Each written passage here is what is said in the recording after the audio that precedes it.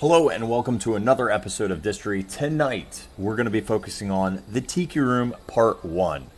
So with me as always will be Kate, my co-host. I am coming live from Walt Disney World. So we had a rainy night and I'm excited to still have a Tiki Room radio. What's going on, everybody? Thanks for hanging in there. I know it's a little bit later tonight, but we just got back from the parks like no more than 10 minutes ago. So what's going on? Hey Erica, how are you? And I saw Ava in here too. I saw Michael. I saw Kyla. What up? What up? In the Tiki room. That's it. All right, let's see. The wonderful Kate with the mostest hostess will be here in a second. What's up, Scroogey? Hey, Melinda. What's up, Kat? Kyla. Gabby. What up? What up? Yeah, this is the new hat. Ooh, hang on. Hello. Hey, hang on. Let me just turn my audio up. It's really low. Hello. Hi. How are you? I'm good. A little tired, but good. How about you? Yeah, what are you so tired from? It's like 7:30 there. Because we got in at like 1 a.m. Oh, did you? I didn't realize you guys left that late. Yeah, I was in Hollywood Studios yesterday morning, so I'm still recovering. No, I saw that, but like, what time did you you had to be at the airport? We boarded at like 5:45 p.m. So. Oh yeah, that's late. That's late. And we got stuck in that bad weather that happened. Like we sat on the runway forever with that. But yeah, that does happen at Orlando quite a bit. I've also had one time our Manifest in print. That took 40 minutes before. Sounds awesome. But good times. Yeah, no more. Hey April, how are you? Cindy, what's going on? So yeah, exciting night for Distory. We're going to in the Tiki room. I know, I can't wait. I did take a whole lot of time to study today because I was like, I got to come up with something. So I have some things, and I also have a video. I have a short 1-minute clip because I stumbled upon it during my research today. I have to share it. It's too good. Oh, thank you. You guys are digging the hat. This is a print-on-demand hat. I don't know I think I'm going to do embroidery. I like it. I wanted to try it before I did it. It's a little like faded, but thank you. I appreciate it. Okay, so would you mind giving us like a proper introduction to the show for the podcast before we actually start? We ready? Hello and welcome again to another episode of Distory with, of course, Kate and Kirk, the Disney Cicerone, and me over at Walrus Carp. Tonight we have a special one for you because we're going back into the parts, and I'm not going to lie, Kate, I feel like this is going to be a 3 to 4-parter. As I was doing my research, I was like, oh goodness, we're not even going to get through audio animatronics, which is fine. But it was but my fault because I picked it, but it's okay. It's okay. Nay, it is not your fault. But I think this is a perennial favorite for a lot of folks, and I think we're going to have to talk about the history of Dole Whip in there, talk about the history of audio animatronics. We're going to have to talk about songs. We're going to have to talk about cast members and Imagineers. I mean, there's a lot that goes into this and songs. So I'm excited. I know there's going to be a lot of parts. And, of course, Disneyland, Disney World, very, very different. Yes, and as I started researching it, I was like, maybe just 2 parts, and I'm like, oh gosh, I have 6 pages. You can't. And I haven't even finished yet. I'm like, okay, so we'll just go into it knowing this will be a multi-parter, so we don't get overwhelmed giving you information, and we also don't make these episodes 6 hours long. So, Yeah, but it'll be great. And yes, you are very astute. This is not my spice cabinet. I've got no Old Bay back here. We're in our hotel. I'm at Disney World with my family. So we just got back from Epcot. We rode Remy, and then it's raining a lot. You actually left at a really good time. because it has been raining nonstop the last 2 days that my sister and brother-in-law and nephew are here. So, yep. Oh, goodness. And it's funny because I got back here and it's firmly fall now in Oregon and it is cold here. I was like, okay, gotta change my clothes. It's like, put a sweater on. It is. Well, the one thing is, even though it's raining, it is still really hot out. So it's really nice. Oh, goodness. Well, let's dive right in because we've got so much to talk about. So much stuff. As they say, pay attention. It's showtime. Here we go. This is like so many Disney attractions. The Tiki Room really has a history of quite a few changes to it, where like anything, which I think is really important for us to remember, especially as all of these new ideas are being introduced as to things that will happen in the parks. To remember that historically in Disney, almost everything that they announce changes at some point, either in big ways or small ways, or doesn't happen at all. So always remember that as you're listening to all of these concepts come out, because they do go through a creative process, and the Tiki Room is no exception. Because when it first started, it was going to be a tea room that Walt wanted to do for his wife Lillian. So I have a quote from Raleigh Crump that says, "Walt called us one day, this is when we were redoing Adventureland.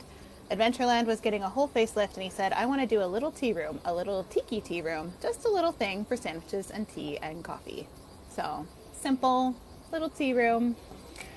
Yeah, and also, if you don't know the heritage, Walt, obviously, large traveler, and they love the Polynesians. So there is an obsession, and you'll notice that's why we get the Poly as one of the very first resorts, and it gets integrated quite a bit as having tiki rooms or tiki culture, as the French Polynesian was a great destination for them. Yeah, there's this, Hawaii just became a state, I think, in 1959. So right about the time that they were redoing Adventureland, rightly so, is about the time when everybody was obsessed with Hawaiian culture. You also have to think about how the World War II played into that as well, because there was a lot of people that were stationed in Pearl Harbor or over in that area of the world. So they really had their eyes open to that culture and brought it back, so to speak, to their home. And then there was this kind of obsession with tiki, Hawaiian culture, Polynesian culture. I still have an obsession with Hawaiian and tiki culture. They just released the 4th edition of the zombie head, a blue one, over at Trader Sam's Grotto. I didn't go, though. And they also have a Monstro, so the whale, what? And it's like opened at the top, just like the Nautilus. Yeah, 2 releases back to back these last weeks. So it's still a big part of Walt Disney World culture as well. Yeah, I mean, it really never faded, but I think in pop culture, it kind of comes and goes, like it's got its seasons. It's not very popular right now, even though I terribly love it. We actually, here in Orlando, there is a really great tiki bar that's like very nerdy and geeky, and they have like Ghostbusters cocktails and like little Slimer tiki. It's very fun. Anyway, I digress. Back to the Tiki Room. Yeah, so the idea of how a Tiki Room was there, right as they were redoing all of Adventureland. Stouffer's wanted to become a sponsor of not 1 but 2 new restaurants, and so they did become a sponsor of 1 that did get built. And then this is because they had a restaurant on the other side that was called in the Plaza Pavilion. So they were going to share a kitchen with the Plaza Pavilion, which is on the back side of it near Main Street, right in the hub.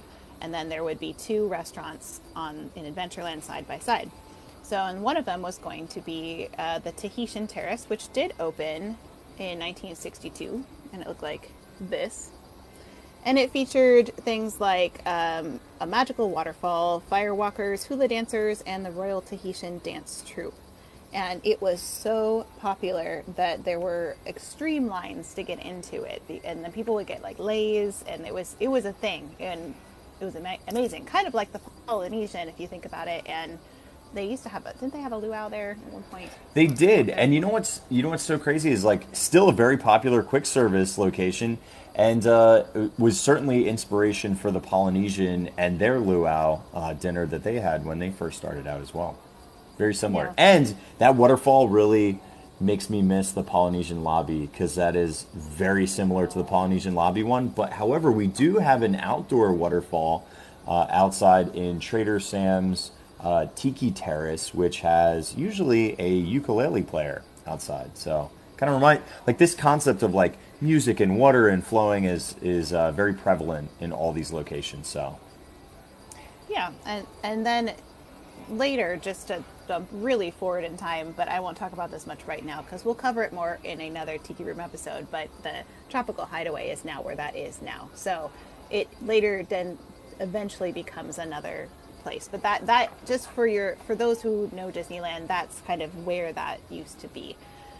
So we're now in like, okay, restaurant concept. So they asked John Hench to draw up a sketch of like what could this look like if it was an actual restaurant. And so he drew this little number. oh my gosh, I love that so much. And it's got birds above the tables. And he suggested sculpted birds that chirp. And Walt said, I'm not so sure about this idea, John. He said the birds would be pooping on the food because he thought they were real birds. And John Hench was like, no, they're going to be stuffed. And he's like, well, no, we can't have birds that are dead. Like, we don't want to look like that. And he said, no, let's do little like mechanical birds. And somebody said that was in the room at the time, I don't know who because it doesn't cite them, but they suggested that the birds tweet back and forth and have a conversation. So that's where the idea is born of the birds talking to each other. Now, through my research, I did find out that Walt apparently had found a mechanical bird to kind of model off of. Stop me if I'm getting ahead of myself chronologically, but it was apparently in New Orleans. He found a bird in a store that sang and moved, but it was mechanical. And he purchased it, he brought it back for Lillian, but then he showed it to the engineering department. Oh my gosh, I love this. And he tasked them with figuring out how the bird worked and then building their own version of it, a better version of it, which would allow for that conversation. And this concept, we talk about this often. Inspiration as well as reverse engineering is a lot of like Disney isn't always an original. I mean, we've learned this throughout. Everything has always taken from inspiration. So never feel bad if you're creating. Take something that already exists, make it better, or take inspiration from things in the past. So yeah, and they certainly made it better. Yeah, and I'll go to where you jumped ahead here for me, but it says Walt himself said, it's an amazing that you can get such interesting movement from a simple mechanism about the bird that you're talking about. And he said, they've done this in Europe for hundreds of years. If they've done this well, if they've done this well, we can do things now much better. And that's how he said to Harriet Burns. So he's like, he gave this to Wathel Rogers, who's known as the grandfather of audio animatronics, to look at and see if he could make the beak move on its own. Now, do you mind if I hop back just a little bit, like a little bird? Hop back just a little bit. We just skipped a couple tiny things before we move on to all the audio animatronic stuff. So, do you mind? Hop away. Hop away. Okay. So, they said there was a press release that they put out back when it was like a restaurant concept, and they said, this is what the press release said. It said, for the first time in his entertainment career, Walt Disney is creating a restaurant. And just as his full-length animated films, True Life Adventures, and Disneyland pioneered in their films, Walt's creation may alter the course of many full-course meals. I feel like they could have written that better, but it's like, I don't know about that copy. And some of the original names was going to be the Enchanted, Tiki, and Bird Room, featuring Disney's Legends of the Enchanted Tiki Show. Just rolls off. First of all, I can't wait to buy that T-shirt. I actually think that's a good T-shirt name. It is, for sure. That's a really funny one. People will be like, "What are you wearing?" The Enchanted Tiki and Bird Room, featuring Disney Legends of Enchanted Tiki Show. Of course. I can't even say it. Another name they were gonna call it was Legends of the Enchanted Island. So that was another name for it. And so this idea of it being a restaurant did not last for a couple of reasons. One of them was that they were going to have it timed so the show would happen with your dessert. But they realized it would be almost impossible to time that well. They could do it. I mean, they figured that for other things on Disney Cruise Line and stuff. I know that they probably could have. They also realized in some of their testing, which we'll talk about that testing phase later, that people did not want to leave. They wanted to stay and watch it. So there's like, you can't just like kick them out. But in order to turn tables at the restaurant, it seemed like almost impossible. Hang on real quick. I found another name for it. This was a possible name for the restaurant. It was called You Gotta Leave, Stop Eating Your Dessert. I know this is enjoyable, but it is a tiki room, and I hope you had a really good time. Brought to you by Walt Disney and WED. Hi-ho. Hey, at least ours does that, and it does kick you out. Now for another magical disappearance. Hi-ho, well, hi-ho. Yeah. But does yours... I thought you said yours didn't hi-ho on the way out. No, it does. It does? I Okay. was just commenting on how they both do that, and it tickles me that it's Snow White. But it's so random. I do have a very small picture, but so the original show had the dining room chairs that they had ordered because they had almost all this prepped for it. That's why they're in the Disneyland version. There's a bathroom that's attached to it because you have to have a bathroom if there's a restaurant.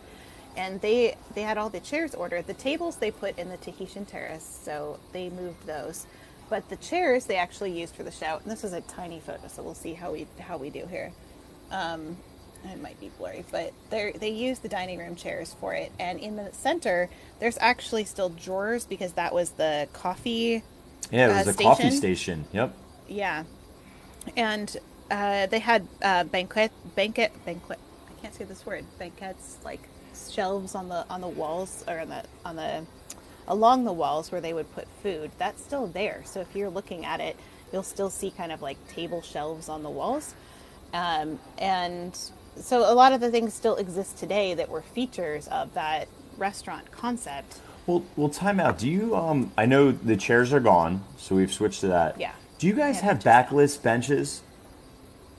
Yes, except for the back row, which leans on the wall. Because all of ours have backs on our benches, which is kind of interesting. They have like, Disneyland has like little tiny backs to them. They're like this, they don't do anything. They're like tiny, short benches. They're really uncomfortable. Elliot's always makes a beeline for the back wall because he's like, no, you have to have a back to it. It's not worth it if you don't.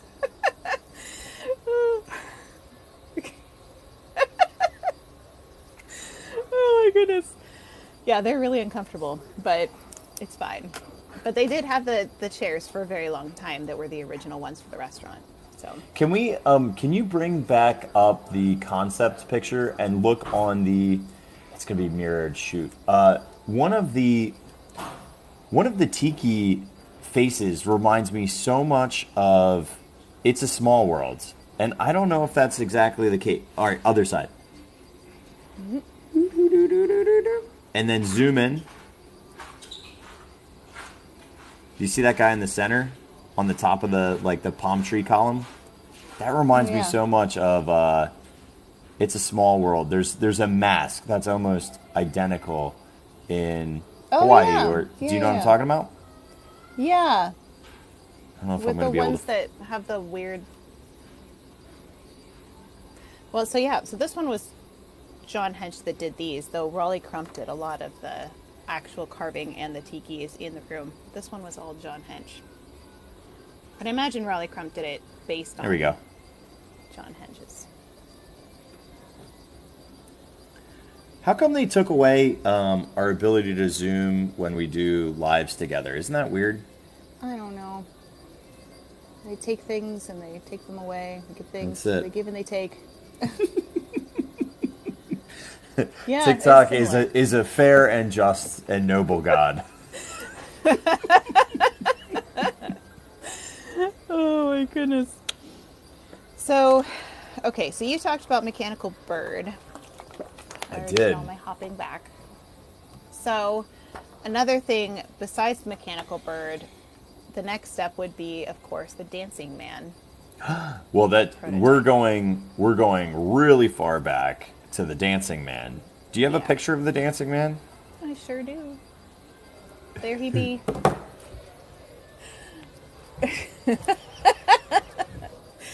Okay, so this is a prototype from 1949 that Walt actually built the opera set with help from Ken Anderson for it. And they used a performer named Buddy Ebsen. I actually have a photo of that on a grid. Here's the photo of him. I always love this part. Filmed against the background grid for reference of programming the movements. So this is like really early programming. Oh, man. Have you seen this one already, Kirk? I have. I have a video of it. I am just trying to pull it up because I'll show the back of the mechanism. Okay. So this is how they were programming it, was this way. Yeah, so that's a tape, right? Or is that the cables? Yeah.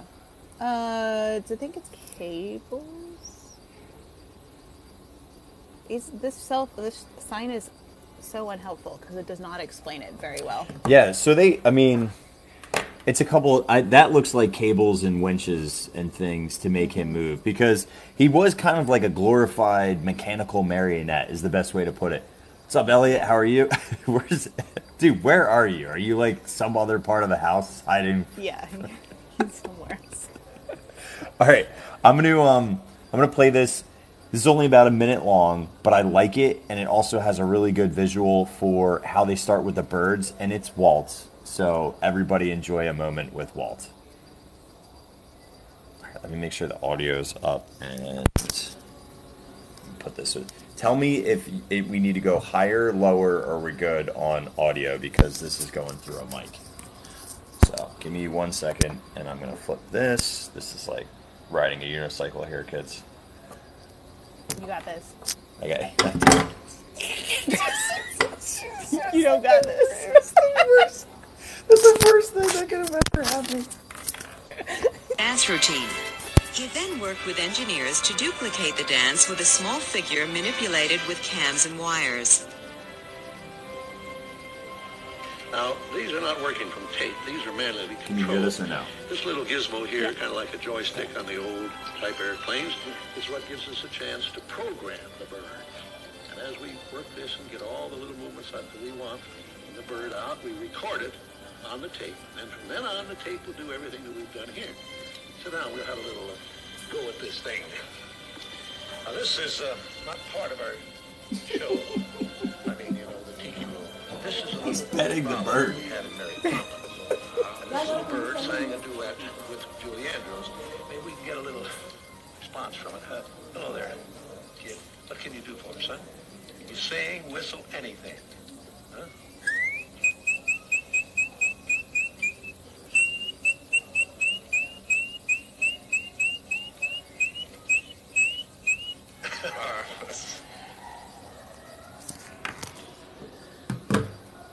Okay. I didn't realize you were going to go quite that far forward. Take But it okay. easy. All right, it moved Like, so we're gonna have to nicely hop a lot. It's just, listen, we don't have to give context on everything right now. I showed you the dancing man. Yeah, that was really interesting. I haven't actually seen a video of that before, so I appreciate that. Yeah, well, that was the reference photo, and then on the other side was actually him dancing. So it's like kind of like he was not as sharp as they made him look like a marionette. In the picture that you had, he was like. The picture that I have is from One Man's Dream. You know this, Kirk, but for everyone else, it's from One Man's Dream in Hollywood Studios. So if you want to go see that actual prototype, it is living currently in Hollywood Studios. Speak of the devil, Chelsea just said the exact same thing. They have the Dancing Man at One Man's Dream exhibit. So, Chelsea, There you go. you are a true Distorian. Gold star.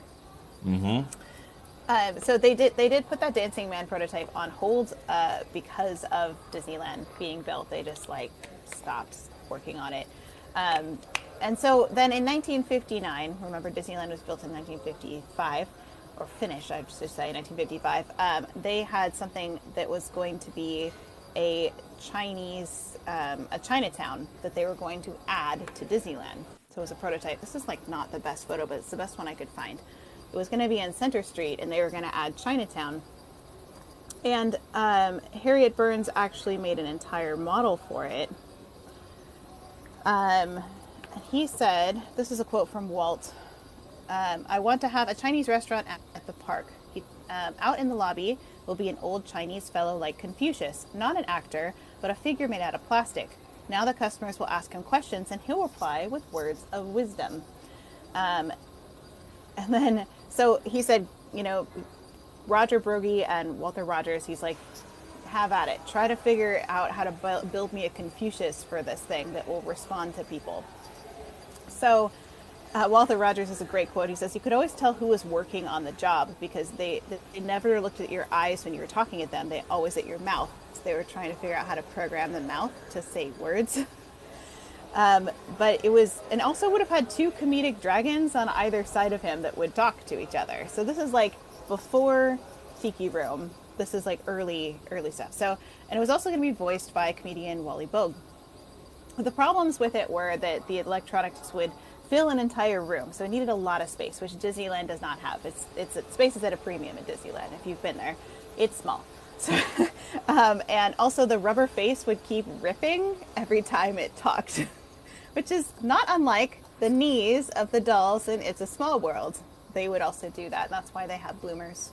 Little side note. By the way, I took a little video of the pantaloons because I was like, yo, French pantaloons, we know who loves that life. Speaking of which, I did because I was doing Confucius thing, and I just want to add a little relevance. If you don't know who Confucius is, it's a very, very famous, kind of like, it's multi-tiered. It's a little bit of theology, it's a little bit of philosophy, and a little bit of government and ordinance. But I just have two quotes that I really like from Confucius to make you think a little bit. Everything has beauty, but not everyone sees it. And then the last one is, when anger rises, think of the consequences. Which I think is a really good one, because sometimes it's hard when you're seeing red to tone it down. I'm trying to think of like Disney Parks one. Like, when knees rip, pantaloons are your best friend. Okay, hang on. I got this. When child starts screaming, Dole Whip isn't always a good answer. Is it though? Maybe it's. I don't think Dole Whips or premium bars pretty much make everyone stop talking. I don't think I've ever seen anybody have a bad idea. I thought you said aren't a good idea. I was like, they are. They are. I'm sorry. I might have done a double negative. I was like, it was part Shakespearean. It was terrible. Don't listen to me. Oh gosh.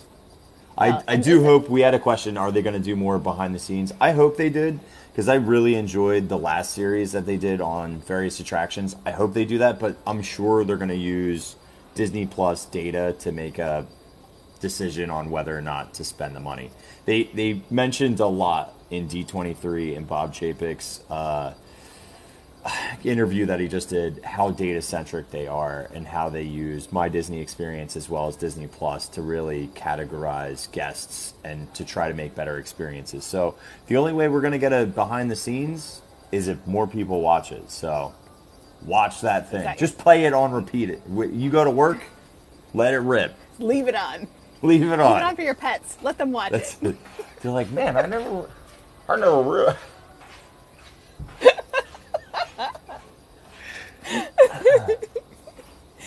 It's the best. I'm sad because you have your magic band on and I had to take mine off and now I'm sad. It'll be so long before I have it again. Yeah. You know what, dude, this is crazy. I charged this before showing up yesterday. It's still going.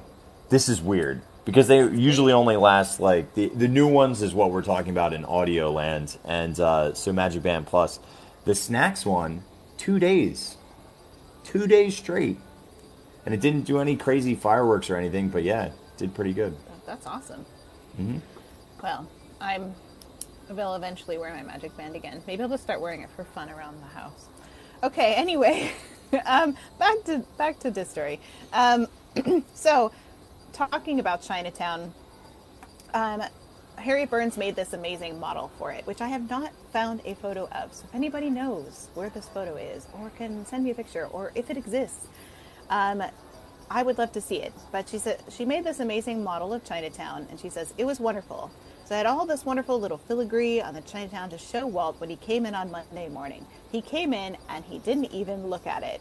And he said, "We're not doing Chinatown. San Francisco and LA have Chinatowns. There's no need for one at Disneyland." End of story. Project canceled. It's gotta be so really frustrating. You're like, you build this stuff out, and it's literally like, all right, you can just get rid of it. I'm sorry. Yeah, it's just, I can imagine how frustrating that must have been for her, and sad. But what they did was instead was he's like, we're going to do the Hall of Presidents instead. That was his goal. But they realized that was going to cost like way too much to do. So instead it being Abraham Lincoln instead for the World's Fair. So, and Harry Burns says, in the shop, we had an early version of the head for Lincoln. I recall several of us were sitting around a plywood table discussing it. There was John Hench, Dick Irvine, Fred, and myself. Walt said, we can call it Anamatronics. We can combine electronics and animation, and it will be called Anamatronics. And Vic Green said, yes, but there's sound in there too. And Walt said, well, that would be audio, and therefore audio animatronics. And that's how we get that phrase. Mm-hmm. And that is a patented phrase that can only be used by Disney. Now, all right, I know this is not what you're looking for, but I figured I would show at least a Harriet Burns sculpture. Oh, yeah. She was the very first woman Imagineer. So and we should definitely always talk about her and show photos of her.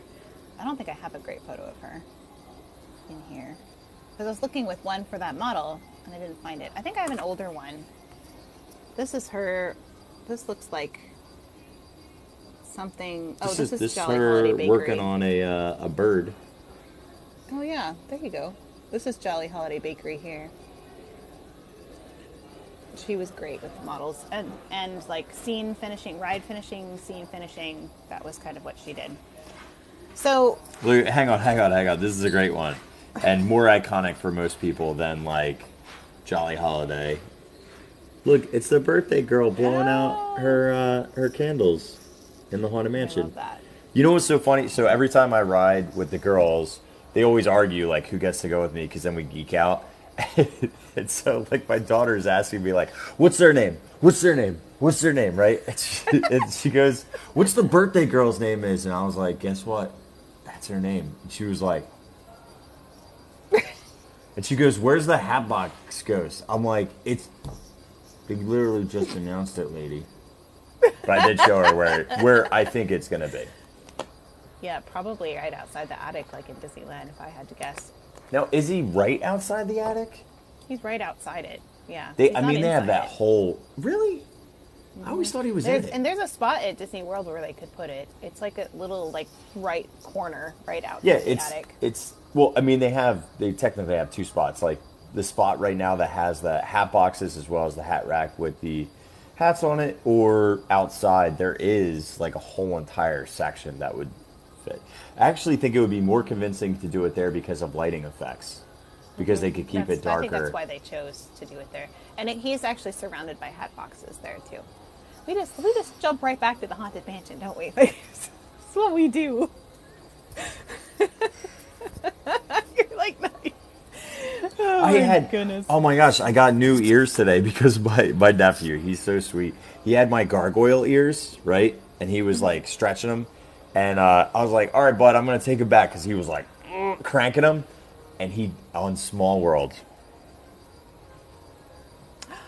right into the drink. Now, I'm smart, and I'm also neurotic. I bought 2 pairs, so I have a backup pair because I'm neurotic. I could have went to Lost and Found, but they literally went in, and Mel was like, "I'll just grab him." I was like, "Don't!" Literally, Yeah. it would have been. This would have been Don't Mel. lose your hand. Oh. The Oh gosh, that's so scary. but no, I ended up. But it gave me an opportunity to purchase new ears today, because all the girls had Haunted Mansion ears on, and I purchased the Hatbox Ghost one with the wallpaper on it. So. It's got the Hatbox's, like, top hat on. Do you know what I'm talking about? I love how you, yeah, but I love that you, I'm trying to think of, like, you're like, I had a backup anyway, but it gave me an excuse to buy another pair because you needed. It was like my sister felt guilty, and she was like, "Yo, you could get a pair," and I was like, "Well, I'm gonna get a pair." That makes sense. Okay. Yeah. Fair enough. Yeah. Dude, you could. I goodness. didn't know if they were gonna have the singing bus one in there. I was like, you might as well take advantage, right? You know. He launched them too. Yeah. They went fly. I just saw it, and I kept my cool. Kept my cool the whole entire time. I was like, it's okay. I knew that ear pair was back home. If they didn't exist, I'd be on eBay real quick. I don't think you would have handed them to him if you hadn't had a backup. Just saying. You live and learn. Hand him something else. Yeah. Anyway, so let's talk a little bit about audio animatronics, because that's where we've landed before we went on that wild ride that was a tangent.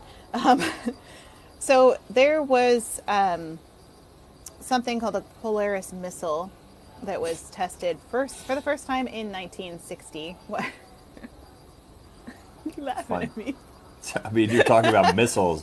At least mine was about Disney. Now you're talking about missiles over here. No, it's all good. It's Keep related. Keep going. Keep going. So, Keep going. You're okay. good.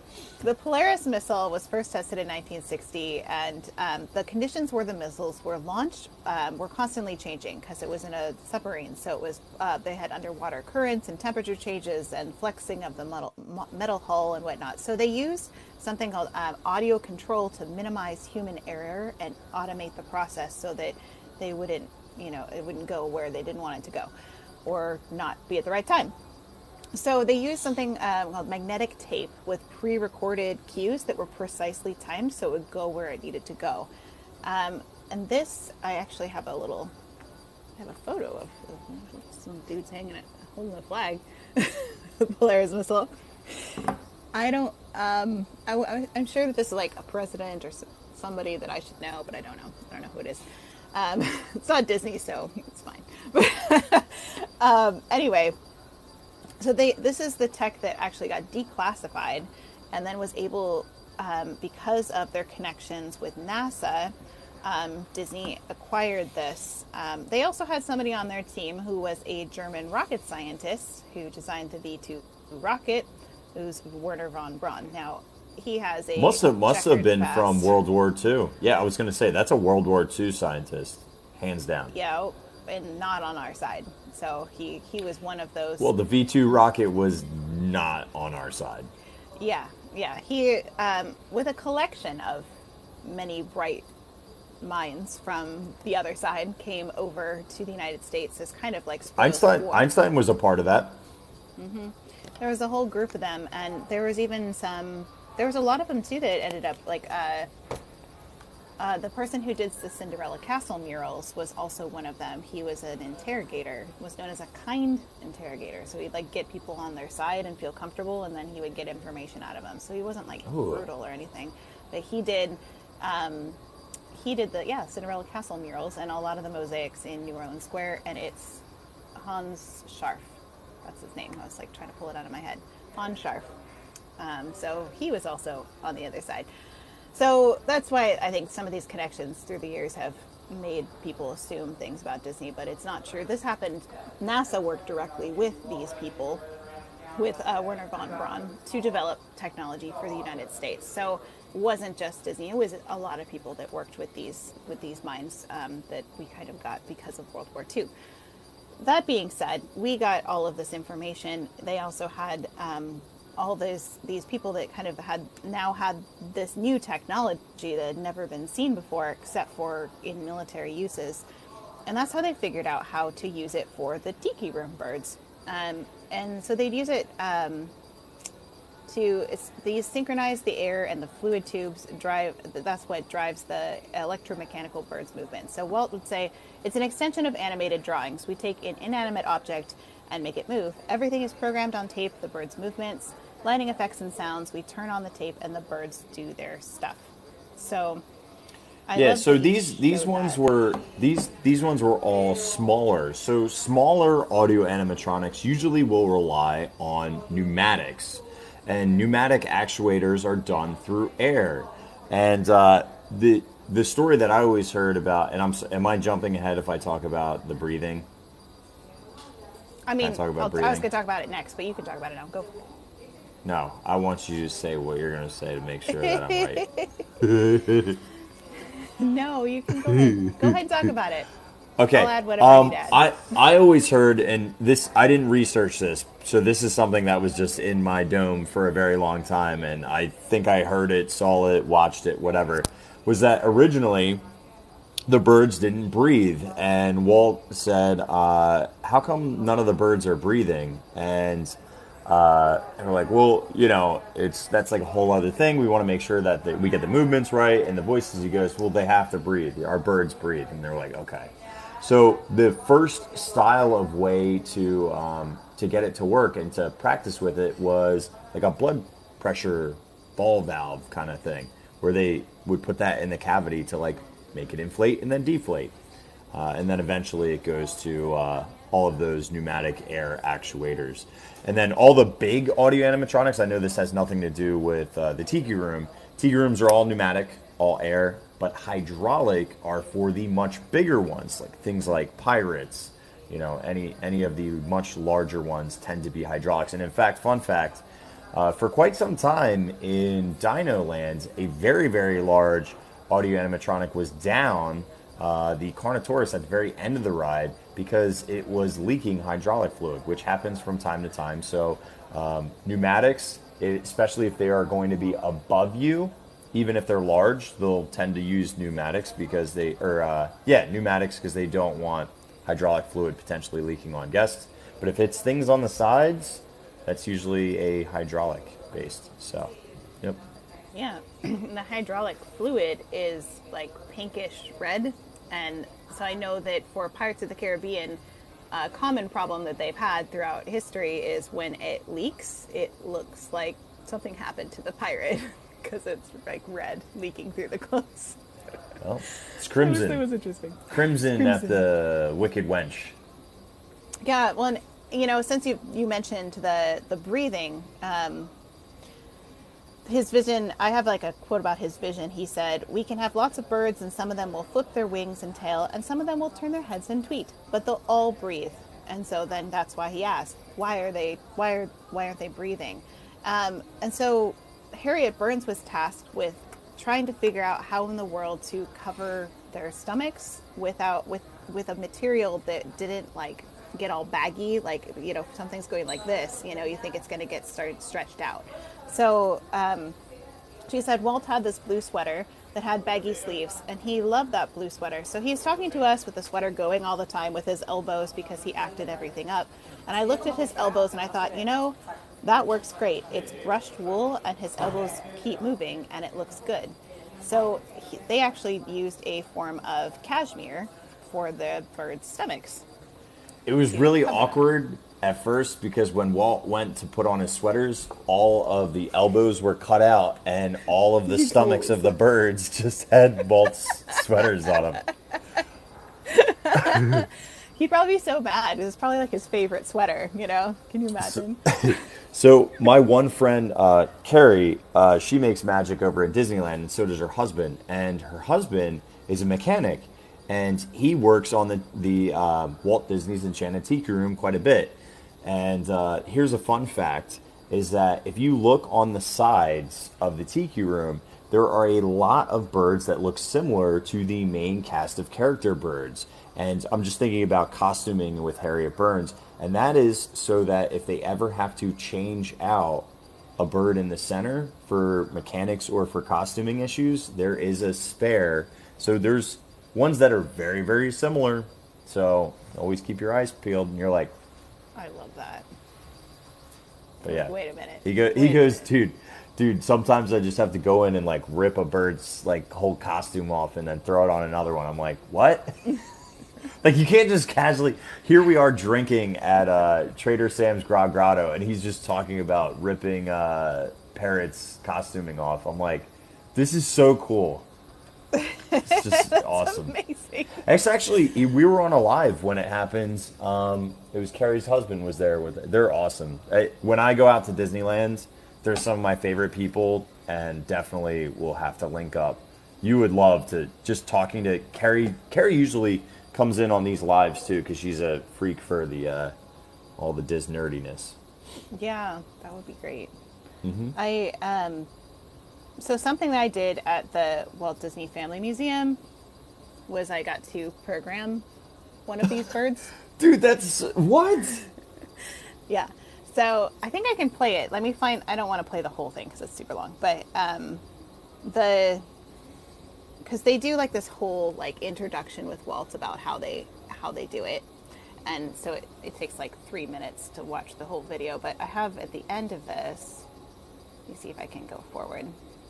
I have my actual time programming it. I did not do very well, but I can show you what it looks like. Let me get some sound on.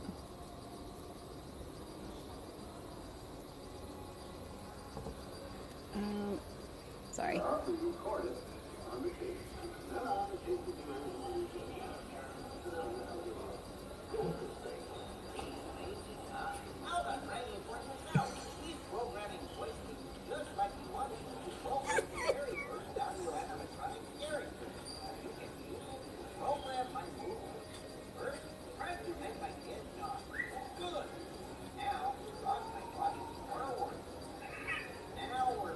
I was like not doing it.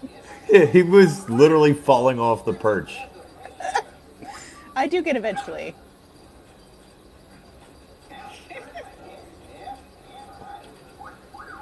Now, were you doing his mouth at this point or no?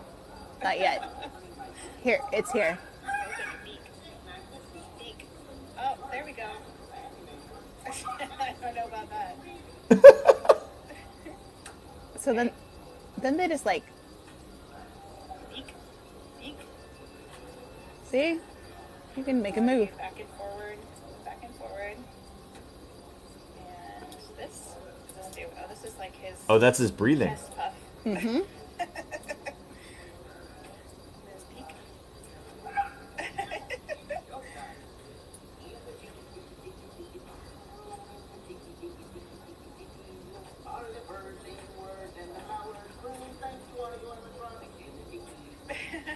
Oh, that's clever. So, for those that had joined in, that was at the Walt Disney Family Museum in San Francisco, California. So, that gear shift, and the button on the top, all of those things, that's how they programmed it. The best way I can put it is they did all the motions and movements and recorded it on, if you remember old cassette tapes or 8-track tapes, they would use this device and they would go through all the sequencing. So this is how all of the Tiki rooms work, is all of the audio animatronics have all of their movements record on tape, like magnetic tape. And then that tape gets played as the sequencing goes through. And that's what keeps it aligned so that they always have the exact same movements. Fortunately, they use professionals instead of Kate.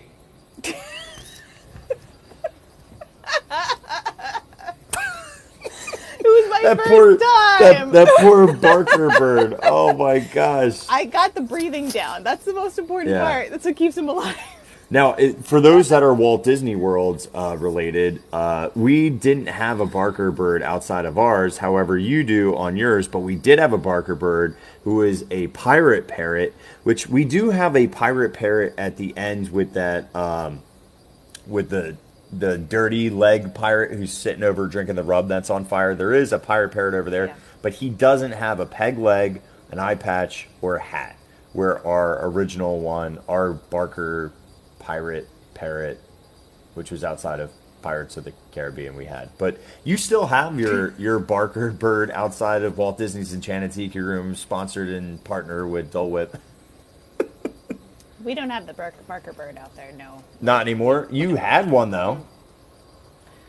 We did have one for a long time. I was going to talk about that probably next week. Just I can pull up some more pictures and some more history on it because it's got its own unique history that I'd love to get into detail about. Yeah, the minutia that I know is that they removed it because it was somewhat of a like a traffic jam because people really they didn't want to go inside and there was a throughway, so people were just like watching and enjoying the show of the Barker bird. So like the Barker bird was clearly doing its job of pulling in people's attention. However, it wasn't in like, all right, now you got to get inside, you know? Yeah. So. It was partially removed because of traffic, and partially also it was out in the elements and like not protected from the rain or the sun or anything. So they had to replace. They had 3 of them, I think, that they rotated out, and eventually it was just like they had to fix them all the time. If you put something mechanical out in the rain and the sun, like it's just not a win. They should have just put them in a hut. Just put them in a hut. I know. They could have done a lot of things, but so anyway, yeah, we did have the Barker bird. We'll definitely have to do a little bit more talking about the various parrots. I think a natural wrap point would just be anything more like mechanical, audio animatronic wise, because we're not even into the storyline of the Tiki Room. We're still into like concept and how to physically make it work. You know, I don't know how much more you have or where you want to go. I have a couple of things.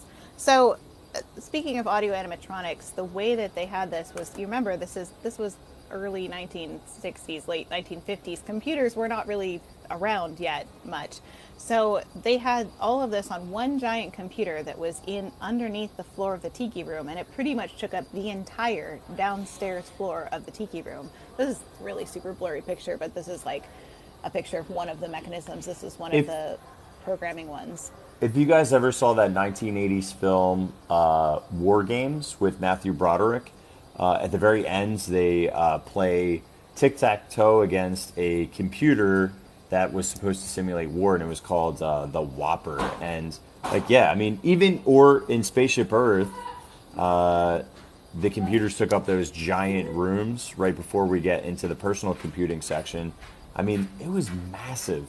It's so like crazy to me to think about cell phones and their size and their ability when the original Apollo missions didn't even have enough technology to be considered a calculator. Think about that for a second. Like just a calculator, like a boring calculator. I'm not talking about like a T82 like graphing. Like we're talking about straight up computing power of a calculator sent us to the moon.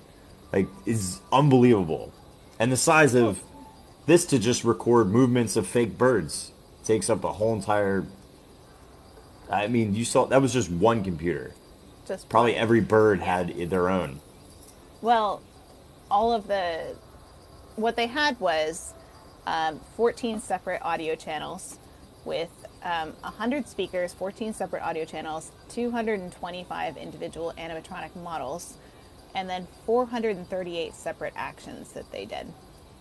So I had a photo kind of it. This is super blurry, but this is pulled from a video, but it's like, this is the different actions so that they can adjust them, I believe. Wow. So, I mean, every single one is its own thing. And this was also the first Disney attraction that had air conditioning, because they had to have it because the computers would overheat. So they needed to keep the computers cool. So, and I love that Walt says, this is a quote from Walt about it. He says, you know, the same scientific equipment that guides rockets to the moon is used to make Jose and his little friends in the Tiki Room sing, talk, move, and practically think for themselves. I guess you could call him a creature of the space age. They say a bird in the hand is worth 2 in the bush, but this little fella here is worth a fortune because we poured a fortune into creating him. And then Walt was asked if anyone else was doing anything like the Enchanted Tiki Room, and he said, I don't know anyone crazy enough. So that was pretty appropriate. That's, yeah. I mean, yes. I'm not going to go on another tangent. Yeah. I think that I would say just to wrap up here, before we get into more of the concepts and the concept art and the Imagineers and all of that, because I agree. I think it's all going to be another episode. But to just give a scope of how big all of these are that they programmed 54 singing orchids, 4 totem poles, 12 tiki drummers, 24 singing masks, 7 birds of paradise, 8 macaws, 12 toucans, 9 forktails, 6 cockatoos, and 20 assorted tropical birds. Can you send me that so that I can create like the 12 days of tiki Yes. my Walt Disney gave to me? Yeah, I'll send it to you. One Barker bird. I think next episode we get into not only the Imagineers that created it and their particular concept art for the birds and the tikis, but also talking about our host birds, our 4 macaws that host it, who voiced them, what their colors mean, and then we can go into a lot of other things. But and the music too. The music's like its own thing. But I do have one small thing that's kind of before this, and this is very short. There's some concept art that I found, and I was like, I'd never seen this concept art before. There's 2 of them. There's this one, and I was like, okay, well, it's got like the Enchanted fountain, right? And look at all the water. That's way more water. Like on the surrounding area. Because you guys do get that fountain on your birdmobile. Well, and this one too. This has a water curtain. Oh, it wow. actually says water curtain on the side, which I'm not sure you can see. That's it's handwritten there on the side. That's so cool. Isn't it gorgeous? So I was like, okay, well, I'd never seen this before, and we get like a tiny fountain, but not this much. And that's because this was for a concept presented to Coca-Cola for the 1964 World's Fair that they passed on.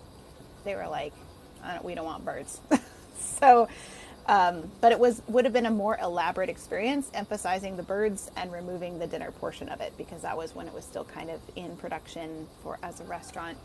And so they did a little mock-up in the studio for it, but yeah, they didn't go for it. But I think it's amazing. I always think of like Mad Men when it's like these big pitches, and it's like, I understand what you're saying here, and I understand it's birds, but how are we going to sell more soda? That's all it is the entire time. Yeah, I was thinking that too. It's all guys sitting around in suits, like staring at him. They're drinking copious amounts of brown liquor at like 10 a.m. and it's like perfectly normal. This is not normal behavior I guess for the times it was, but not now. Yeah. So, yeah, I agree. I think the rest of my 6 pages will go. Dude, I'll do this. I think we're going to need at least 4 more episodes, probably. So, you wanted to try to... But when you said... So, all right, how this all formulated, it was like, okay, we'll do Dumbo because we can do that in one shot. We'll do the Mad Tea Party because we could definitely do that in one shot. I really want to do the Tiki Room next. Like, I'm super stoked and super excited about it. Totally. But in the back of my head, I'm like, this ain't going to be one shot. I don't know. My brain had forgotten about audio animatronic portion of that. I was just like totally. You mean like the whole the whole beginning? Like the whole thing. I don't know. Like, yeah. So it's fine. Yes, every Friday. It's fine. Yes. Yeah, and usually we do this at 5:30 Pacific time and 8:30 Eastern. We're just a little correct. bit late today. We became night owls because I was with my family. However, because you missed any of the ones that were previous with the Haunted Mansion or any of the other attractions I just mentioned, you can either find the audio version, so podcasting needs, just type in Disney Cicerone wherever you consume your podcast, probably iTunes as well as Spotify, the easiest ones. It'll be under Distory with Kate and Kirk. Distory with Kate and Kirk. Distory with Kate and Kirk. And you can also find, if you want to visually see the antics, you can just go on YouTube, type in Walrus Carp, and it's under Distory as well. Yeah, there's also links to it in my bio to virtually everything. So, good way to find that. Yeah. And we hit 500 plays on our podcast, so thanks all for listening. There's at least... what you didn't know is that I'm a little bit of a audio animatronic inventor myself. I have a bird that sits... he's got a little tiny liquid here, and he goes and he clicks play. And then play. And then play. So I'm like, we got to pump those numbers up. They can go faster. Like the Leota tombstone. Double time. Yeah. Yep. Oh my goodness. Well, I hope you have a good time with your family for the rest of the time you're there. And yeah, for sure. Thanks for taking some time out to do Distory with us. I just thought about this because the first and second week of October, I'll be, I think, in the parks on Fridays. So I feel like we're going to have to go to the Tiki Room for at least one of those days. So maybe on our like grand finale, if we can make it in 3/4 weeks. It's possible. I think we could. I think we could. It's not the Haunted so. Mansion after all. Come on. It's true. Okay. That's all I got for now. I mean, I've got a lot more, but that's all I got for tonight. Yeah, sounds good. Love it. Thank you so much, everybody, for joining us again for yet another Distory, and we're going to keep this rolling and teach you more about basically the storyline and concept of Walt Disney's Enchanted Tiki Room next week. So buckle up, kids. We'll see you next week at 7:30 p.m. Eastern Standard Time or 8:30 p.m. Eastern Standard Time or 5:30 p.m. Pacific Time every Friday, so we can geek out like a bunch of Diz nerds. Hi ho. Off we go. Dude, why do you keep saying that, dude? Like it's like Because that's it's like the your end of latest the Tiki thing. Room. No. You said it to me earlier, and it was not in context. You just were like, "Hi ho," and I was like, "All right, sus, inappropriate." I actually really like it. It's funny. Speaking of which, dude, the ice cream cone came back to Storybook Treats. The swirled orange chocolate, but we got the Hi Ho Sundae because the girls were like, "Yo, let me add them chocolate rocks." And I'm not gonna lie, that is a really good sundae. I know. It's delicious. That's what I had. That was my choice. It's really, really good for the price. And hot fudge, like, talk about such a underused deliciousness. Like, everyone will put chocolate syrup. Hot fudge is where it's at. Yeah. So good. No, it's so true. Yeah, that's. I don't know. As soon as I finished my chicken waffle sandwich, I was like, "What do I want for dessert?" And I was like, "That was the first place I went." So because I wasn't at Disneyland, I was like, "What are you gonna do?" So. Yeah. Disneyland, it would be like 20 other treats, but no, it was good. And for the first time, I sat behind the castle. I sat like on a rock behind the castle before Belle, and actually, really, the view was not great of the fireworks, but it was fantastic of the castle. And the guy who was clearly watching for it to like, what? Are you recognizing, like, you gave like a really backhanded compliment about your treats versus our treats, and then just like kept moving like it wasn't a big deal. I do like Disney World too. It's just not the same. Your And food if is you went better. to I'll give you that. Disneyland, you would understand. Like, you haven't been there in a while. You've forgotten how good it I is. have not forgotten. Your food is... Just look at the foodie guide that just came out. The foodie guide is so... Like, your stuff is, like beautiful. Ours is like, what else do you want? I don't Like, know. I know there's Anything? like a gingerbread zombie or something, a gingerbread something that Disney World has. It looks like, I'm pretty sure that my kids could make that. There's just like a little bit of frosting on a cookie. No offense to my kids, they're great artists, but still. Yeah. Becca Vella is saying that tell her our castle's better, which is like such a... I'm going to say this, Becca, it's not a good... If you're going to plant a flag, that's not the flag to plant. There's better ones.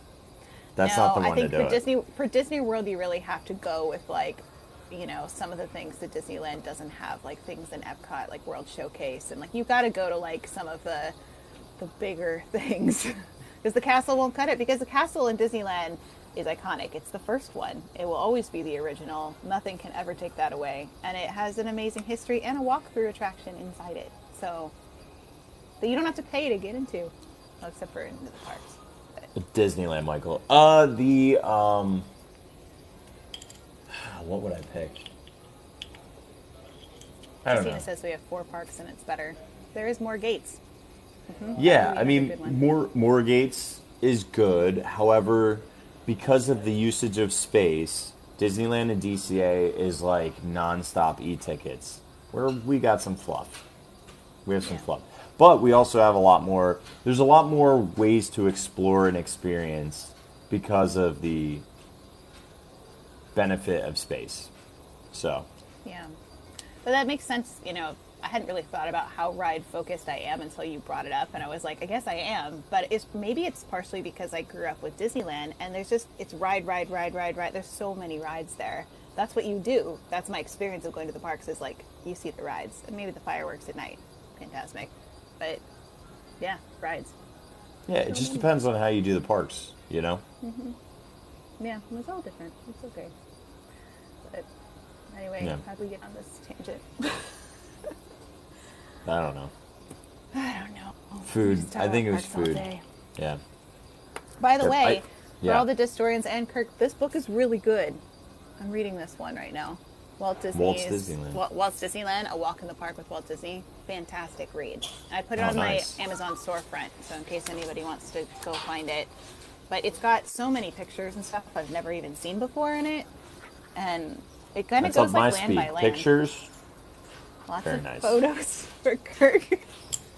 And I love like the lining. I love the design of it, that it has like, not there, but parts from the land like on the side. Like, you know, this is about Adventureland because it's got like the Tiki stuff, which is really fun. That's cool. That's well organized.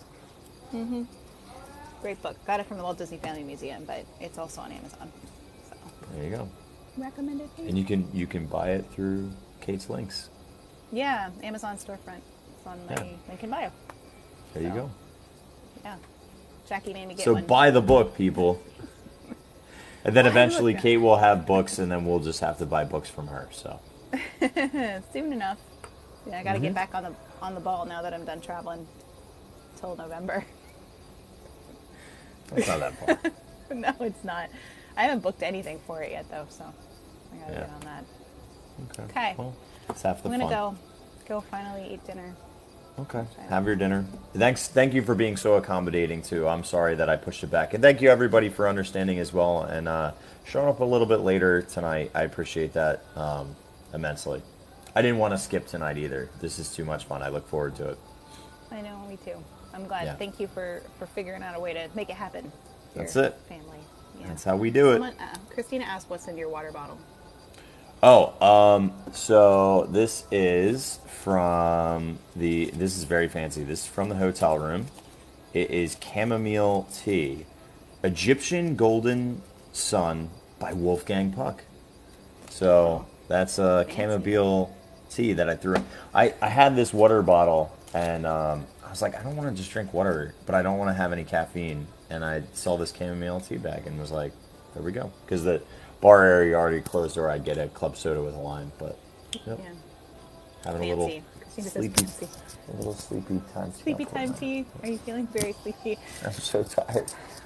No, I'm actually not tired at all. This is like, are you kidding me? It's like 11:30, and I'm not driving home for another hour and a half. I'm good. Like, I literally have to just. I think I slept at like a cumulative like 12 hours that entire trip. I hardly slept at all, and I was so tired by the end of it. Yeah, I imagine like falling asleep. When I go to Disneyland, it'll be like disgusting amount of no sleep. Yeah, it's just like go, because when are you going to get another chance to see the things? That's what you do. Yeah, that's it. All right, guys. Okay. Thank you so much for hanging out with us, and Kate, have an amazing weekend. Y'all have an amazing weekend, and I'll catch you guys on Monday on the Flippy Flop. All right. Have a great night, Kirk. All right, you too. See you guys. Good night. Bye.